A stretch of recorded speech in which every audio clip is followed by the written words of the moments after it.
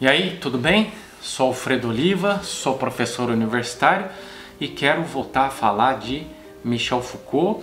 Estou analisando aqui o 9º volume da coleção Ditos e Escritos, que é publicado pela editora Forense Universitária. E hoje eu quero falar de uma entrevista que foi concedida por Michel Foucault a Stephen Huygens. Então vamos lá, vamos começar. Primeiro, quem foi Michel Foucault, né? Um filósofo francês que viveu entre 1926 e 1984, especialista no debate sobre o poder.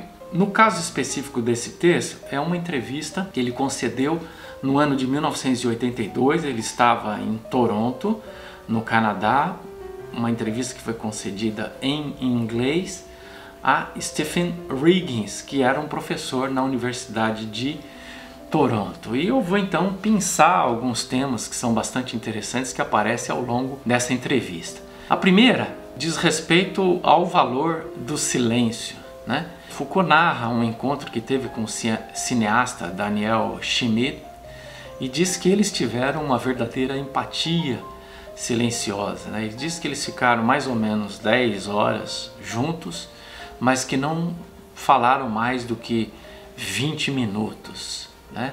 E ele diz: o silêncio é algo que merece ser cultivado. Eu achei isso muito legal, não tinha visto nada parecido no Foucault em nenhum outro lugar, né? Parece mais conversa de um monge budista, né? Naturalmente eu estou brincando com isso, né? Mas o Foucault naturalmente não está aqui falando de nenhum valor de caráter religioso, né? Ele está dizendo que há momentos em que as palavras não fazem sentido nenhum, mas a presença, né? O estar diante do outro é muito mais importante do que aquilo que é dito. Um outro tema que aparece, que é bastante interessante, é importante a gente atentar, é uma pergunta que é feita pelo Huygens sobre o fato de Foucault ter vivido por muitos anos no exterior, né? Então, por exemplo, antes dele se tornar, vamos dizer assim, famoso ou muito famoso, ele viveu em países como a Suécia, a Alemanha, a Polônia, a Tunísia, né? O argumento dele é que ele achava a França um país com uma liberdade bastante restrita e que a vida no exterior oferecia para ele uma sensação de liberdade. Talvez Foucault estivesse dizendo isso em função da sua orientação sexual, né? Talvez ele sofresse censura, talvez não se sentisse à vontade em função da sua orientação sexual e se sentia mais à vontade no exterior. Talvez o fato de não ser ou ser menos conhecido no exterior do que no seu próprio país deixasse ele mais à vontade e tal, né? Ele naturalmente fala que alguns desses países onde ele morou existia uma liberdade, né, muito maior do que aquela que existia na França, mas alguns desses lugares onde ele morou certamente não eram mais tranquilos do que o seu próprio país, né? De qualquer forma, é importante isso, né? Nessa coleção Ditos e Escritos, no primeiro volume, o companheiro do Foucault, né, Daniel Defer, faz uma cronologia, né? O título é um pouco despretensioso, mas o texto é muito importante, muito interessante, com uma série de dados e narrativas inéditas sobre a vida do Foucault. E nesse texto ele fala de diversas viagens ou de diversos momentos em que o Foucault primeiro morou, né, muito tempo no exterior antes de se tornar um filósofo famoso, mas depois que se tornou um filósofo famoso, não morou mais, mas viajava bastante pelo mundo e parece que o Foucault gostava bastante disso, né? Por fim, ele acabou gostando muito de viajar para os Estados Unidos. A gente sabe, inclusive, que ele veio ao Brasil algumas vezes. Um outro dado bastante curioso nesse texto, né, nessa entrevista, é quando ele é questionado sobre a sua atuação como psicólogo. Isso porque o Foucault fez graduação em filosofia e depois também se graduou em psicologia e atuou no Hospital Sainte-Anne, né, o mesmo hospital em que Jacques Lacan atuou também no início da carreira, né? Foucault, no caso aqui, atuou na década de 50. Curiosamente, conta que ele tinha uma liberdade para fazer aquilo que bem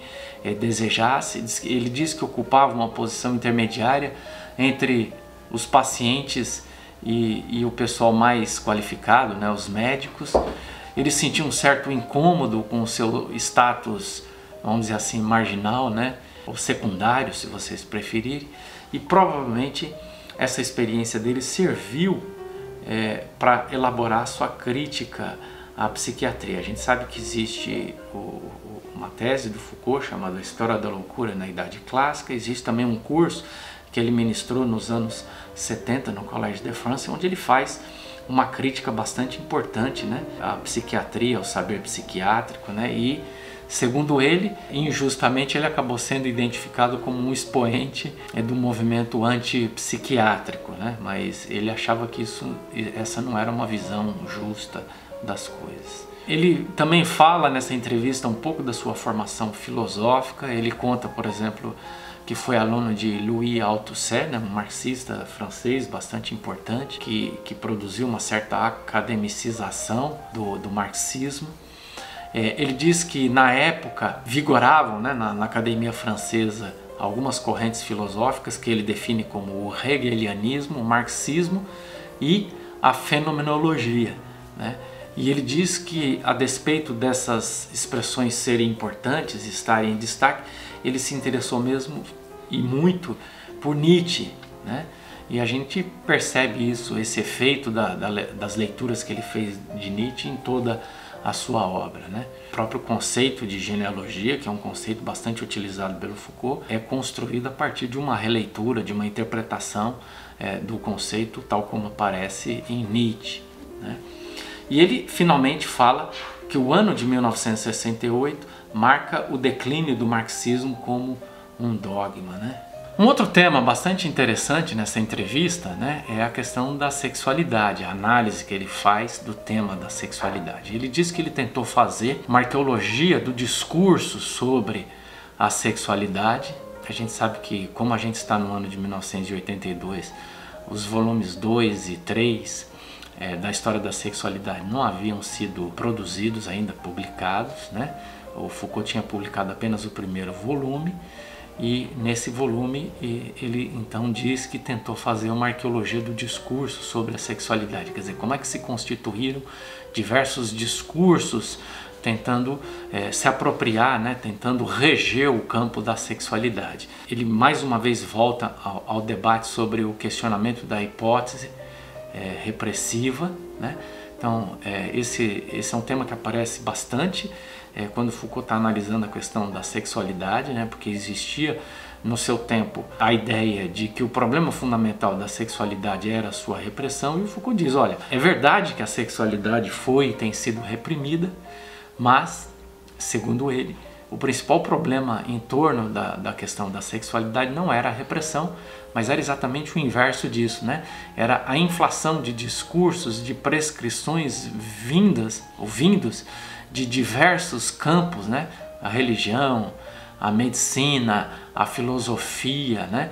Tentando se apropriar do campo da sexualidade, tentando dizer para as pessoas como é que elas deveriam viver a sua sexualidade. Então, o que parece é que, fundamentalmente, o campo da sexualidade foi um campo cheio de prescrições, né? Talvez primeiro pela religião, sem dúvida nenhuma, mas com a laicização da sociedade, a gente tem então a prescrição a partir do campo da própria ciência, né? Da medicina, da psicologia, estabelecendo o normal, o patológico, né? Mas também pelo campo jurídico, né? Pelo ordenamento jurídico, que vai inclusive estabelecer a homossexualidade, por exemplo, como um crime, né? Não só proíbe, não só reprime, mas criminaliza determinadas práticas sexuais. Um outro tema curioso que aparece aqui é a questão do prazer, da relação com o prazer. Foucault diz que o prazer é uma conduta muito difícil. Ele diz que gostaria muito de experimentar o prazer da forma mais intensa possível, né? E ele fala da indução química de determinadas formas intensas de alegria. Enfim, é um pouco difícil interpretar o que ele está querendo dizer, né? Exceto o que é óbvio, né? Que ele buscava esse prazer da forma mais intensa possível e estava disposto a utilizar variadas estratégias para atingir esse objetivo. Ele vai falar, um outro tópico é a relação entre arte e estética. Ele conta, e isso a gente percebe também a partir das obras dele, né, que ele apreciava muito as artes, sobretudo literatura, pintura e cinema, né? Então a gente sabe, por exemplo, que nas Palavras e as Coisas ele começa o livro ilustrando com uma pintura. A gente sabe que ele, por exemplo, produziu ensaios sobre Manet e em vários momentos da sua obra, então ele discute, produz ensaios sobre questão do cinema, sobre literatura, né? Fala sobre Sade, por exemplo, e também sobre pintura. Ele via o trabalho intelectual como uma experiência estética, porque promove a transformação de si, isso é importante, né? Quer dizer, Foucault está vendo a escrita, o pensamento, a reflexão como técnicas de transformação da própria subjetividade, e o Foucault vê isso como uma experiência estética, né? Se a gente pensar o campo da estética como o campo da criação, como o campo da transformação, né? Então, à medida que eu escrevo, eu me transformo numa outra pessoa, e é nesse sentido que parece que o Foucault está utilizando a ideia de trabalho intelectual como uma experiência estética. Ele também diz que mudanças permanentes do seu pensamento se deviam às transformações promovidas pela intensidade da vida de estudo e de reflexão, né? Foucault era muito rigoroso, né, na vida de estudos, frequentava bibliotecas, lia bastante, fazia infinitas anotações, levava muito a sério a vida intelectual, e aqui nós temos um retrato disso, né, dizendo que uma das razões pelas quais ele fazia isso era porque ele estava em constante transformação. A vida intelectual transformava a vida dele internamente, né? E claro que isso também fazia com que seu pensamento fosse sofrendo uma série de deslocamentos, né? Inclusive, num dos seus textos clássicos, ele diz algo mais ou menos parecido com isso, né? Não me peça para permanecer, para ser sempre o mesmo. Quer dizer, se eu tenho uma vida de estudo, se eu reflito, eu também devo ter o direito de mudar, inclusive de criticar o meu próprio trabalho, de mudar pontos de vistas que eu já havia afirmado anteriormente. Depois ele passa uma discussão muito interessante sobre ética. O Huygens pergunta para ele se a história da sexualidade é uma ética. E ele diz, não, se por ética você entende uma prescrição de um modo de agir, né? Quer dizer, ele está dizendo, olha, quando eu escrevo uma história da sexualidade, eu não tenho nenhuma pretensão de dizer para as pessoas como elas devem se comportar em relação à sua vida sexual. Mas, se você entender por ética uma relação do indivíduo consigo mesmo, quando ele age, então ele diz, sim, a história da sexualidade é uma ética, né? Então veja, o conceito de ética dele é uma relação do indivíduo, né? Ética é uma relação do indivíduo consigo mesmo enquanto ele age. Como é que eu me relaciono comigo mesmo, né? O que eu faço comigo mesmo, o que acontece comigo, como é que eu ajo sobre mim mesmo para me transformar em alguém diferente. Então, quando eu estudo, quando eu reflito filosoficamente, isso está promovendo mudança no meu interior, está promovendo mudança na minha subjetividade, e isso sim, para Foucault, é visto como o campo da ética, e não ética no sentido de uma ética prescritiva, uma ética de código, uma ética que diz, olha, isso é o correto e aquilo é o errado, você deve seguir por esse caminho, né? Então ele diz fundamentalmente isso, os meus livros não dizem para as pessoas o que elas deveriam fazer de suas vidas, né? E, enfim, isso é bastante interessante. E, por fim, estamos no ano de 1982, Foucault é um filósofo bastante importante, bastante conhecido, e o Huygens pergunta para ele como é que ele lida com a questão da sua popularidade, né? E ele diz que ele estava empenhado, isso é muito interessante, né? Em tornar o seu pensamento acessível à maior parte possível de pessoas, mesmo tendo consciência de que ele não podia atingir todas as pessoas. Mas, enfim, não dá para atingir todo mundo, nunca, mas dá para atingir uma quantidade maior de pessoas, né? Isso tem a ver naturalmente com o modo como você se coloca publicamente. Se vocês quiserem um exemplo, eu sou um professor universitário, eu tenho um público restrito, né? está ligado às pessoas que estão matriculadas nos cursos da universidade. Então, eu dou aula na graduação, na especialização, no mestrado, né? E naturalmente eu tenho um canal no YouTube onde eu posso trazer alguns desses temas da universidade para uma quantidade maior possível de pessoas. É óbvio que não é todo mundo que vai gostar ou vai se interessar, por exemplo, por um vídeo como esse sobre Foucault, né? Mas, de qualquer forma, através desse meio de comunicação eu posso me comunicar com um público muito mais amplo do que o meu público que assiste os meus cursos na universidade. Me parece que é disso que o Foucault tá falando, né? A gente nunca se comunica com todo mundo, mas se a gente só utilizar o jargão técnico, a gente só consegue se comunicar com os pares, né? E eu entendo bem o que o Foucault está falando exatamente porque não me preocupo em me comunicar exclusivamente com os meus pares, né? Eu gostaria de poder me comunicar com a maior quantidade possível de pessoas, né?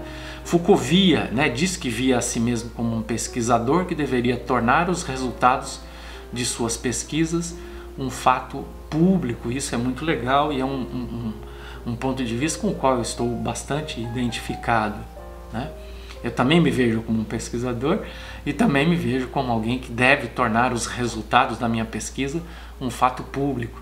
Para isso que utilizo naturalmente publicações na forma de livro, de artigos, mas também publicações na forma de vídeos onde eu posso explicar, posso conversar, posso utilizar uma linguagem, espero eu, sempre mais acessível para a maior quantidade possível de pessoas e tornar naturalmente os resultados das pesquisas que realizo acessível à maior quantidade possível de pessoas, tornando isso literalmente público, não só para as poucas pessoas que são capazes de ler jargões acadêmicos, mas para pessoas que são capazes de compreender língua portuguesa.